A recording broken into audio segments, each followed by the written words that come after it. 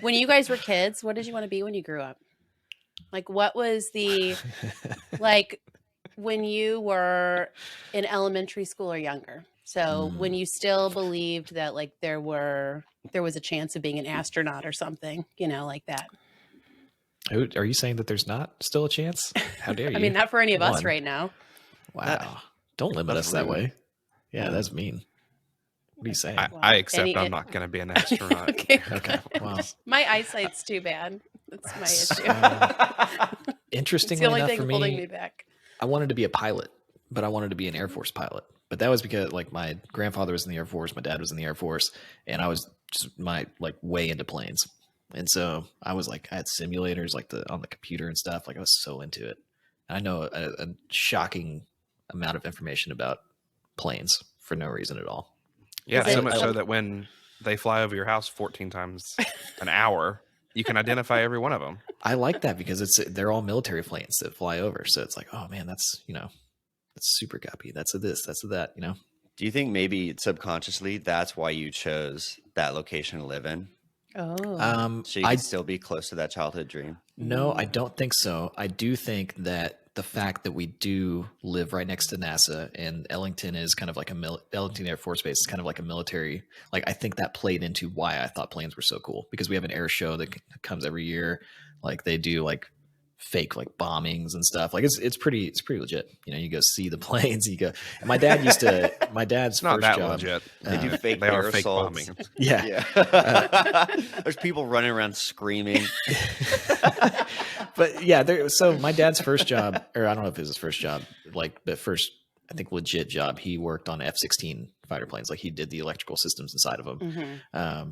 And my grandfather was a B-52 tail gunner in the Korean and Vietnam War. So like, that's just always been a big part of my family. And then I don't know why I decided not to actually go that route. I think I just realized I didn't, over time I realized I don't like people telling me what to do. So I thought the military might be a poor choice for me. So then I decided not to go that route. What would your name have been? Like, don't all the pilots have like a name? Like Goose and, Yeah, it would have been Captain D, nickname. but I can't. Yeah. And I know the next question is going to be, what does Captain D stand for? And I cannot tell you, but but that would have been what it would be. Probably should just leave it there, I think. Just leave it.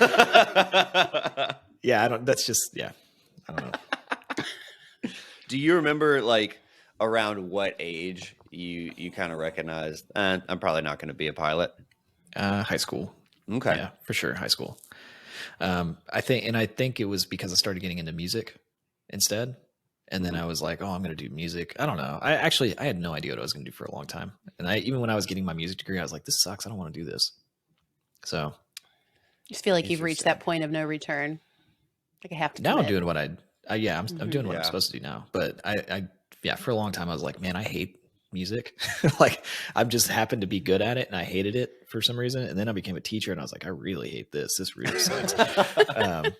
And then I was like, man, I'm trapped. And then I got out of the matrix. Now here I am. Dude, I went through a similar thing. Like I think maybe almost halfway through an education major realized I didn't want to do it and felt trapped. And thankfully, my girlfriend at the time was like really into like college planning, thought she might end up being like a guidance counselor or something. And so she literally like planned out the next year and a half schedule for me and was like, look, you can get out of this. And I was like, dang, thank you. That's really nice. It was awesome. It was really cool. I can actually see you as a teacher. Sounds like a healthy relationship. Here's exactly what you're going to do for the next year and a half. But it helped him. Look, he's where he needs to be right now, right? Truly, yeah. It was very helpful. Yeah, exactly. I hope so. If you started to go to college for an education degree, what did you want to be when you grew up? Same question. When I was a kid, I wanted to be in the NBA. Really? I want to be a professional basketball player. Oh yeah. That. That's great. Yeah. At what point? Because sports has a crushing reality attached to it, where you happens very early on too. Yeah. Well, it unfolds like as you play games, and you realize, crap, I'm not going to the NBA. Yeah, sports is maybe one of the only things where it's like the reality is that harsh, where it just your dream gets killed because it's like you are not good enough or you are not the right size of a person to be able to do this. So like, when did you find that out? Yeah. So with basketball, I actually got lucky in that I got into music and lost interest in basketball.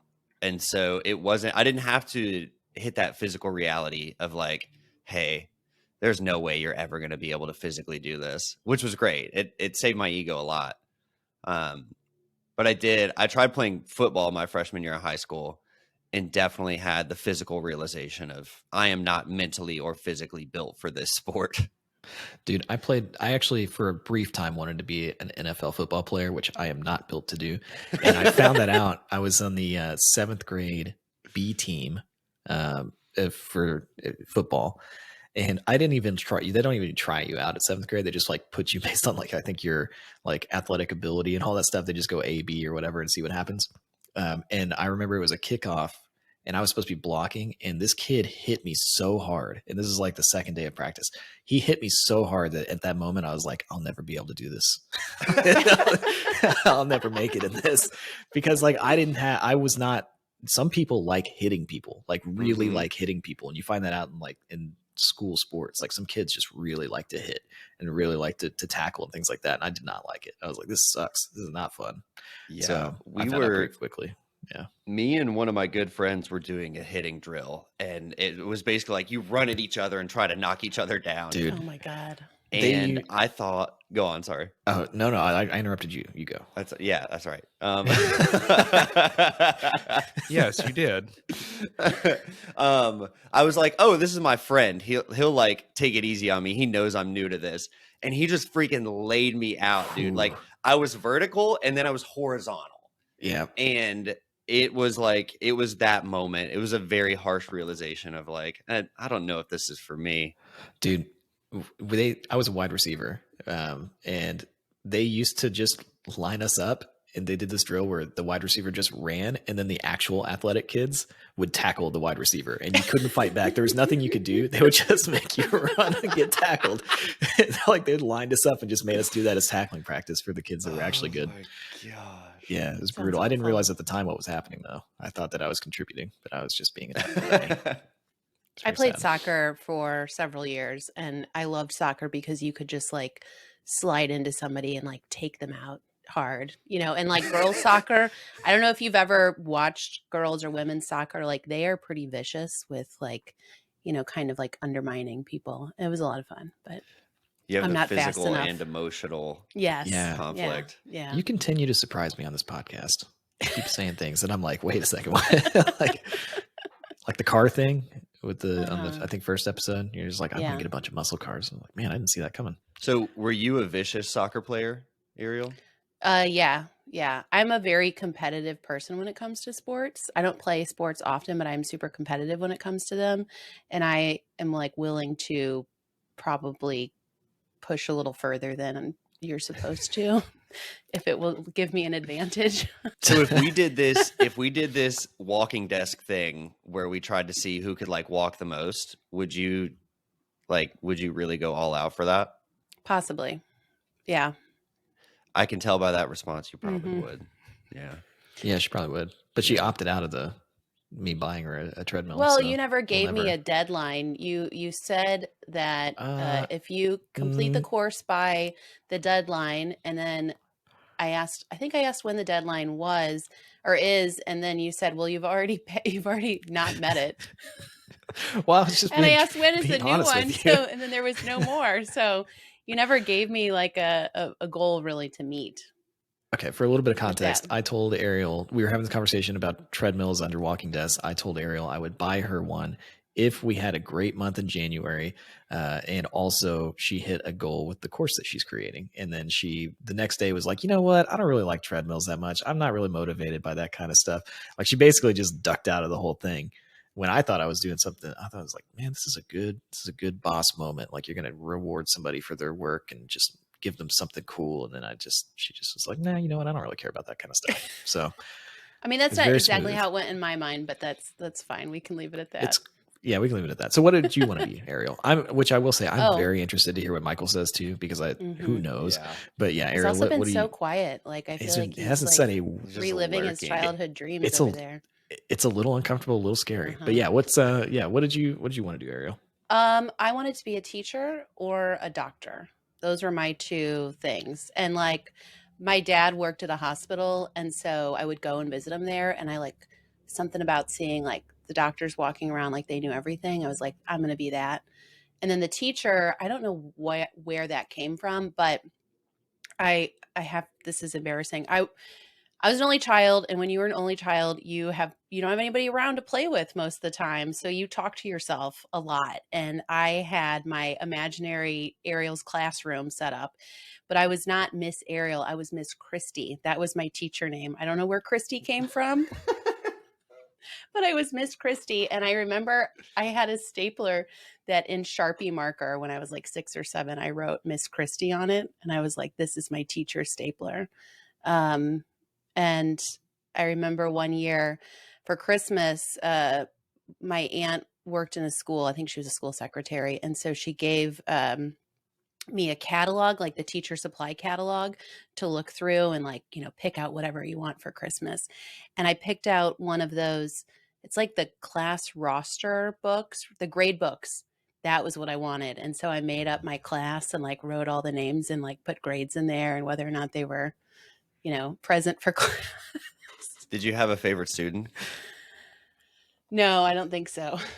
No, not that I can remember. I mean, maybe I did, Okay. but I had a chalkboard and everything.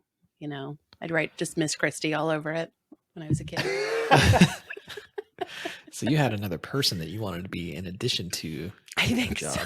so. Yeah. Wow. I'm a little disappointed that nobody has said like I really wanted to grow up and work at Millennial Money Man. Really wanted to work on my laptop. I really wanted to. Yeah, That's nobody said that Michael. yet. So Michael's coming in still. Yeah. yeah, he's like, I wanted to All be the right, director Michael. of operations at Millennial Money Man. Since the time I was 4. That would be actually terrifying. Wouldn't that be? Yeah, that'd be wild. That's how you know we are living in a simulation. If Michael says that, 100%, like if which he we might and be. it believed it. Yeah, I feel like I need to manifest something right now. I didn't want to be a director of operations. The only thing I can remember is when I was like 8, 9, 10 years old. I had a best friend growing up, and I'd go over to his house and we'd play like spies, and we'd pretend we were spies. And so I remember wanting to be like in the FBI or a spy. So much so, this correlates to another This all checks out. Yeah. Yeah, that makes perfect sense. popular question, which is, what is your first email address? My first email address was MikeTheSpy1993 at hotmail.com. Oh my So god! I was like, I really loved that idea of being like secret spy. That's the one I remember. I don't think it lasted terribly long, but that's the most poignant one I can remember. For a little context, I think everybody should know that Michael has been consistently trying to get us to do illegal things as a team. It keeps trying to egg us on to do things that we shouldn't be doing. No. And Robert and I had an in-depth conversation about like he might be a cop. Like, Undercover. he Yeah, might yeah. be an undercover cop. Michael, other than your undercover cop exploits at this company, do you feel like there's anything in your day-to-day life where you get to exercise your spy skills? No, I wouldn't say really. You're good at finding people's addresses and stuff online too, which is I think Yes, by part going of. to public record websites. I don't. You just have a skill for it. Basically good at Googling. I don't. have an Yeah, app right. for I'm it. very good at Googling. I don't have access to a mainframe anywhere. I think you could have made a good secret spy. access keys. You would have been a fantastic spy. Yeah. I feel like being a Thanks. spy would just stress me out. I would be really stressed too. I think it would be. Yeah. I already have a high level of paranoia about way too many things, and like you add potentially getting killed and getting caught. I don't know. Couldn't do it. Yeah. I guess I will say, without much trepidation, I don't hold such a high regard for our intelligence community anymore. So Oh my gosh. I don't know how well it fit in. I just. Like, I'm just gonna slide this I in just here. can't help himself. It's just moth to a flame. Without much trepidation either. Yeah, without just a hint of trepidation. Well, that's good. This reminds me of the. I don't know if anybody watches The Office, but there's an episode where Michael he wants to show everybody that he was a child TV star, and so he pulls in a TV and like it's him on a TV show, and he's like this dorky looking kid, and they're like, "What do you want to be when you grow up?" And he's like, "I want to be I want to be married and I want to have like 10 kids so they can all be my friends and nobody can ever tell me that they don't want to be my friend again. And then like the people are like, did you get married? And he's like thinking about it. He's like, no, I didn't get married. Did you have kids? He's like, oh, I didn't have kids. And he has this whole like kind of existential crisis. So does anybody feel that way right now? Like we failed the like you didn't live the up to what younger you wanted version to of be. ourselves. Yeah. I mean, see, I didn't, so obviously no. No, I don't think I've failed little Michael. I think little Michael would be pretty proud of Big Michael. And please call me Big Michael from here on out. I think. What about Big Mike? Yeah, I think everybody will except for Tom. Big Mike? Can we call you Mike the Spy? What about? I don't like this. I don't know what I've brought on myself. No, all right. Well, It's cool, Big Mike. All right, let's transition. Let's transition into the questionable decision for this week. That was a wild conversation we just had. I have a friend, and I want to be really careful about this because I don't want to come across as talking crap about my friend because he's a good friend. He's one of the funniest people I know, and I like him a lot. However, I was on a golf trip with him, and we were talking about just money in general. Because he asked me a lot about it. I don't think he understands exactly what I do. Because like every time there's a financial anything that happens, and he's like, "Hey, Bobby, did you blog about this?" Like when it's just anything that has to do with stocks or whatever. So he doesn't quite understand what's going on. But we were talking about money, and he was like, "You know what, man? Money just like really stresses me out, and I just don't deal with it." And I was like, "What do you mean you don't deal with it?" He's like, I don't touch any of my money. He's like, my wife has all of the passwords to all of our accounts that have anything to do with money, and I don't have any of the passwords for them. And I like it that way because I'd never have to feel stress. And I was like, I'll just pose that to everybody else. What do you think about that? I don't think that is a wise decision as someone who does that. Like I don't make the best financial decisions, and it is almost 100% because I do not pay enough attention to my finances. So because it stresses me out. But I also think that if I were to pay more attention and if I were to feel more in control, it would stress me out less. So this is a realization that I'm coming to. So I can relate to your friend, and I can also say probably not the best move. Well, for context, here's what concerns me about it. If you're married and then all of a sudden you're not married anymore and you have no access to any of your financial accounts at all. I see Bobby's paranoia poking out. Mm-hmm. Yeah, but I'm just, you never know. You never know. And this is something that I've talked to my wife about too. Like we have access to, we both have shared access to everything. I make sure she sees everything that happens. Like, because in the event that she gets tired of me, like I don't want her to be screwed over. Like I think that is because there's a reality about marriage that, you know, they end sometimes. And so in this case, you're really putting yourself in a position that you probably don't want to put yourself in, I think. My gut, or not gut, my first thought about your friend's situation is that it's, you know, before you explain the whole or talked more about the idea of like a marriage can end and, you know, blah, blah, blah, is that it, you know, he might be doing something that is really smart for himself and his family, like relinquishing the control over something that he's not good at doing. Like if he, you know, if the wife, especially if she's accepting of this role and she's like, I would be glad to take this over. I can, you know, I appreciate that you are admitting that you're not good at this. And yes, I can make these like good decisions for our family. Then I think that he's doing a good thing in relinquishing the power he would have to make poor choices.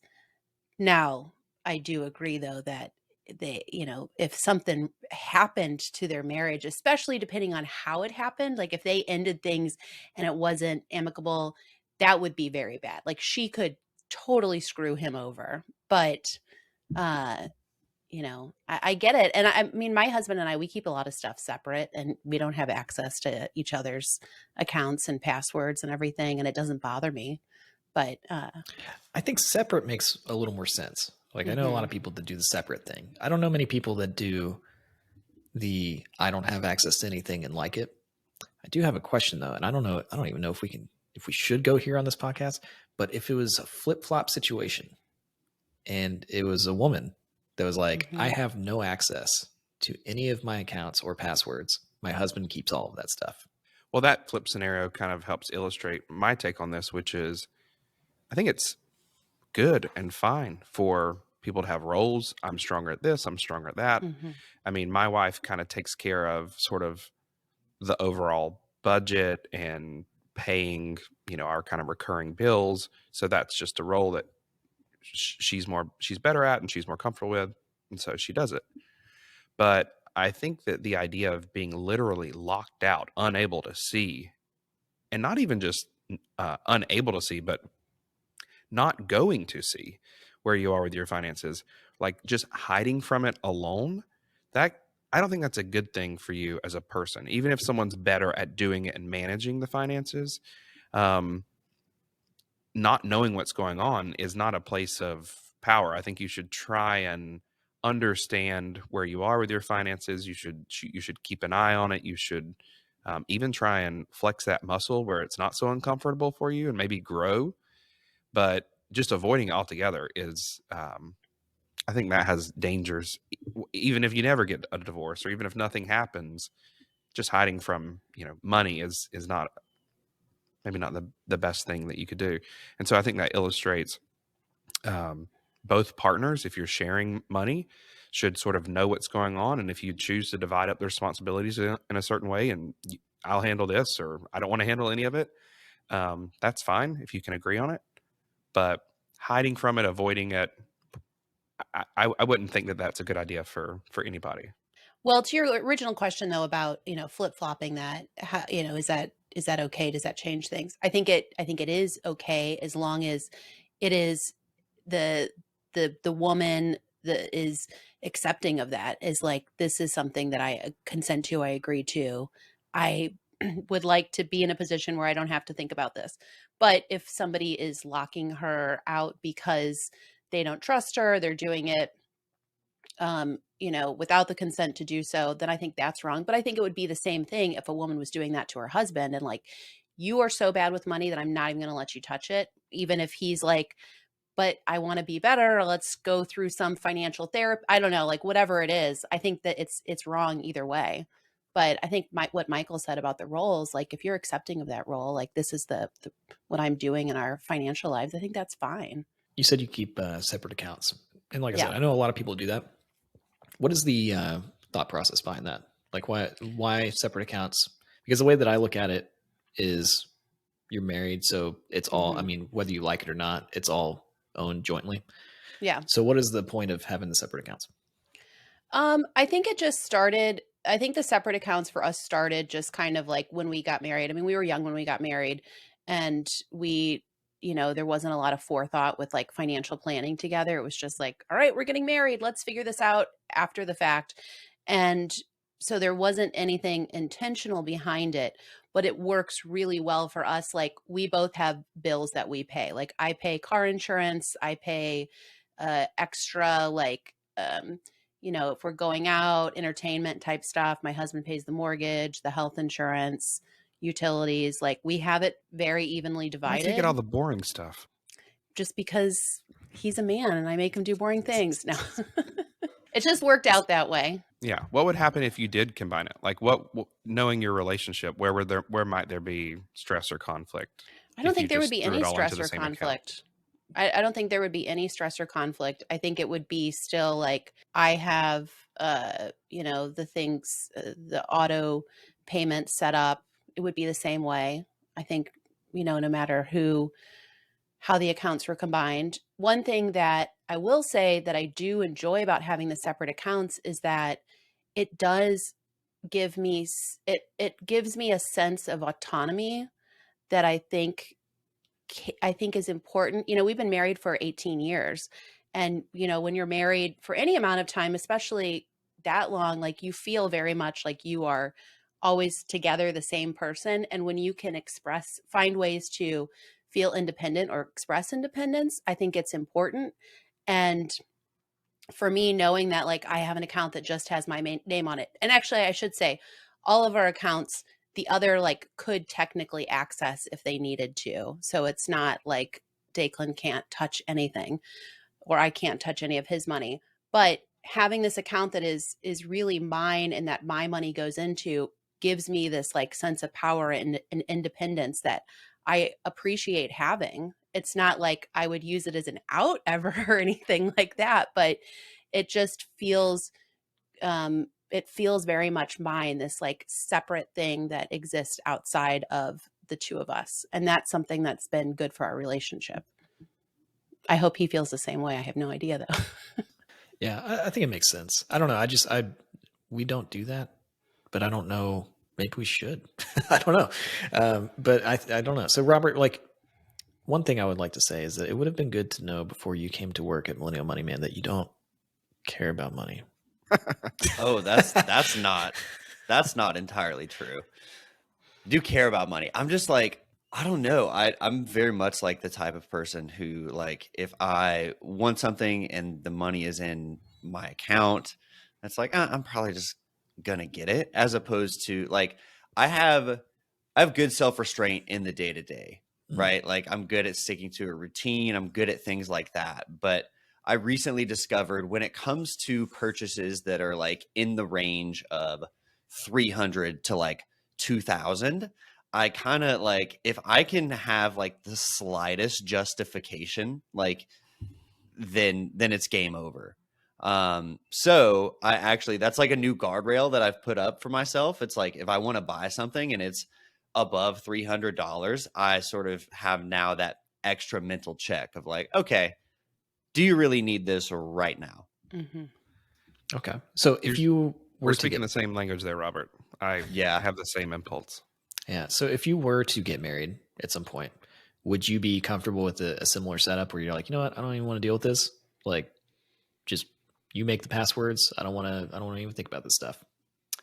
I think I would want access to the account, but I think similar to Michael's situation, like I'm not a budgeter. Like that sort of stuff is difficult for me to, like, it's easy for me to set, but I don't have any concept of like, okay, how much do I actually spend each month on going out to restaurants or on groceries or stuff like that? I look at it more in like those bite-sized things of like, oh, I spent 100 at the grocery, not realizing, oh, I did the same thing 3 days ago. Like maybe I should pay more attention to this. Mm-hmm. So I think for me, I'd still want access to it, but I think the benefit would be that sort of, again, like extra guardrail of having someone else be sort of like, hey, do you know that we spent, $1,500 at restaurants last month? Like we need to bring that down a little bit, because I don't have the interest in like going back and reevaluating that stuff after the fact. When we got married, we had joint bank accounts. Actually, at the time we were engaged, we used Twine by John Hancock as like a shared savings tool, which was really helpful for us. We saved for our wedding, and we saved for a couple other goals that we had before we got married. And that was a really good tool for people who weren't married, because you could at any time kind of disconnect and split the money back up.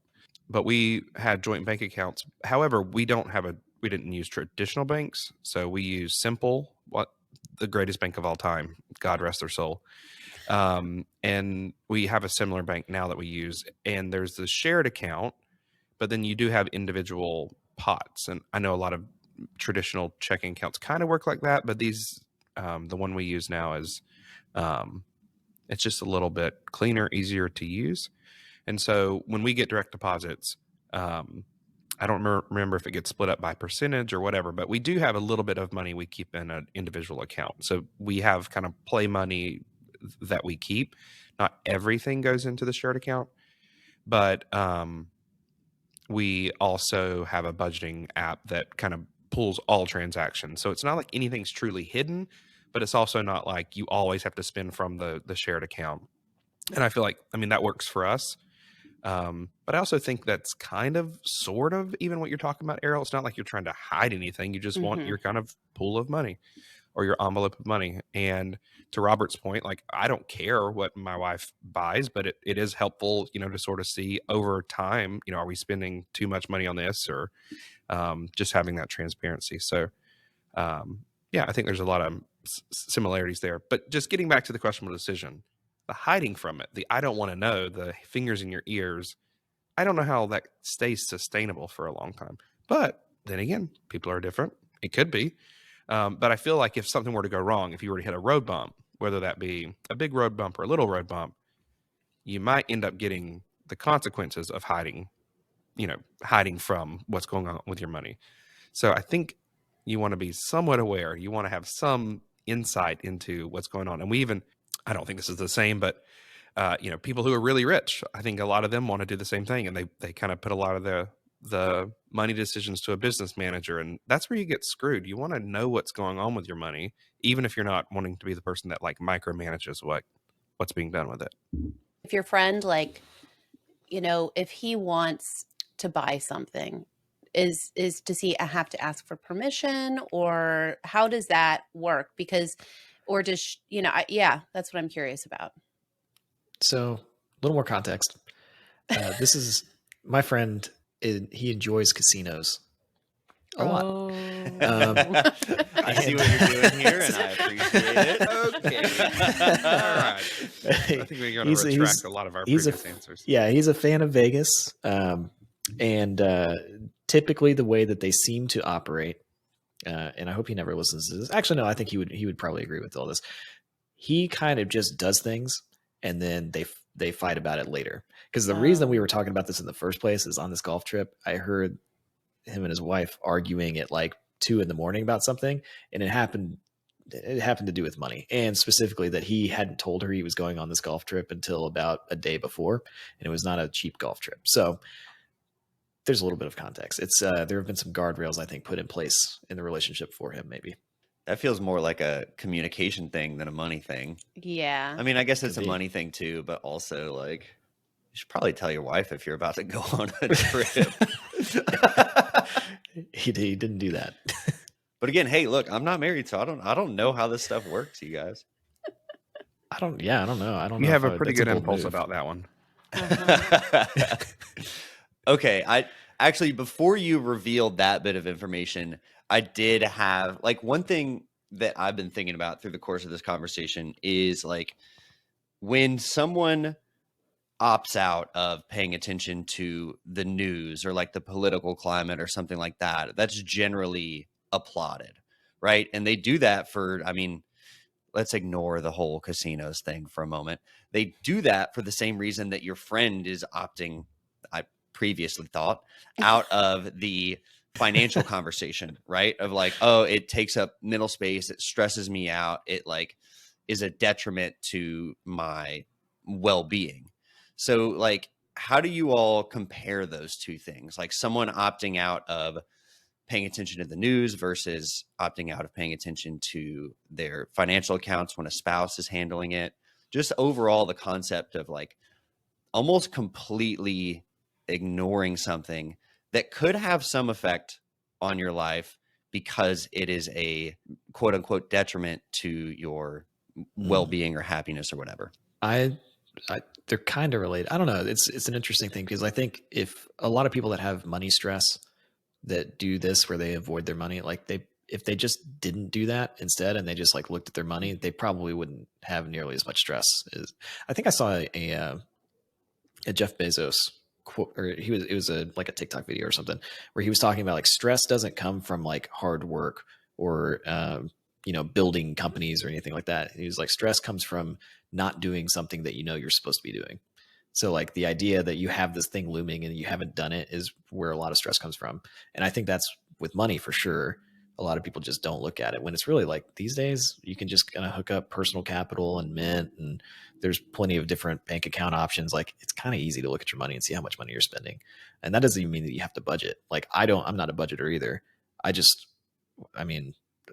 don't like to budget because I think that's a little bit of a scarcity mindset. It can be, especially if you're like trying to build something and that kind of thing. But like, I don't know. I think it's very easy to just go like, we spent a little bit more on that than we probably should have. Let's try to maybe make an adjustment on that. But when it comes to the news, I'm that kind of person. I don't like to watch the news. I don't like to, because to me, it's a distraction from doing things like building this company. Like, it's just like people get so wrapped up in that stuff and so I don't know. I feel like I'm kind of the opposite, where it's like I look at the money, but I don't really like to look at the news very much. Well, I think there's a a truth about both of them, right? Looking at your bank account, it's just there's a number there, and that's how much money's in there, right? It's just reality. It's just truth. Sort of similarly as news, like you could say, well, just knowing what's going on in the world, running and hiding and avoiding it is not a bad thing. You need to like look it in the eye and know what's going on. But there's a vast difference in that the news, you can get hit with 1,500 stories, and that can be overwhelming. And everybody's got a different take, and what's the bias that you're reading. So the news, I think, is different. I don't think you should hide from the world. You should maybe try and curate what news you get, but you should know what's going on. Whereas your money, it's I think to what Bobby was saying, the stress of it is looking at the number, looking at the reality, and knowing that you're not going to manage it well, knowing that you're doing something you shouldn't be doing. You're spending recklessly. You don't have a budget, or whatever your individual case may be. But again, hiding from it, putting your head in the sand doesn't actually help the situation at all. And if you want a better situation, the first thing you have to do is understand where you are so that you can make that plan, like Robert's girlfriend did, of how you're going to get out of this situation. So is it good? No. I will say, back to the original example, the Vegas stuff kind of changes a lot here. That is important context. Yeah. And I think it's ex-girlfriend too, right? Correct. Okay. Yeah. Thanks for yeah. No, I cleaned that up. I cleaned that one up for you. Appreciate that. So Ariel, do you have any other thoughts on any of this stuff, or you just? No, I mean, I was thinking about Robert's question, and I think that I think when you look at your money, you can make an active change in your finances. Like if you are going to ignore the news, turn off the rate. I mean, I've had to go through phases of that where I used to listen to NPR a lot, and I had to stop listening to it because it was really like mentally draining on me.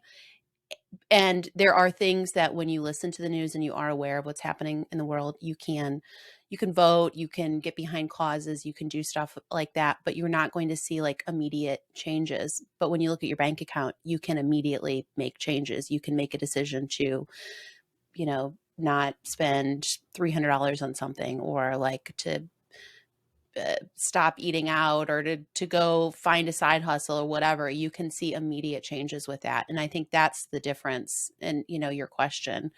If it causes you stress, then, don't do it. But I think you do have to a little bit. It's something you have control over versus something you don't have as much control over. Yeah. And I think immediate control versus like a long-term thing too. So, all right, we're going to do this. We're going to decide questionable decision, not questionable decision. Robert, what do you think? And let's go pre-casino. Yeah. Pre-casino knowledge. See, questionable decision. I was about to split my answer. I was going to say the casino thing is more the questionable decision than to me. Everybody has hobbies, Robert. Everybody has hobbies.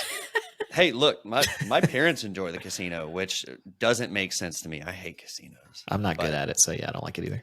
They are. Since we're putting this out into the world, I should publicly say that they are very good. They only spend what they're comfortable with losing. So they're maybe a little bit different than your friend's situation. Has your friend lost more at the casino than you've lost on the golf course? Or like in your golf bag? Oh, he's 100,000% lost more money. 100,000. Yes. Yeah. Okay. So pre-casino, he doesn't have access to the financials. Yeah, I think that's a questionable decision. I get the heart behind it. As I said at the beginning of the episode, I'm not necessarily the best at this stuff either, but I also acknowledge that, it's something to work on. So my vote is yes, questionable decision. My vote is that it's a smart decision. Pre-casino, smart decision if it's something that he and his wife both agreed upon and thought it was a good idea, and he's like, I don't want to be a part of this because I'm not good at it, and I'm going to let her do it because she's good at it.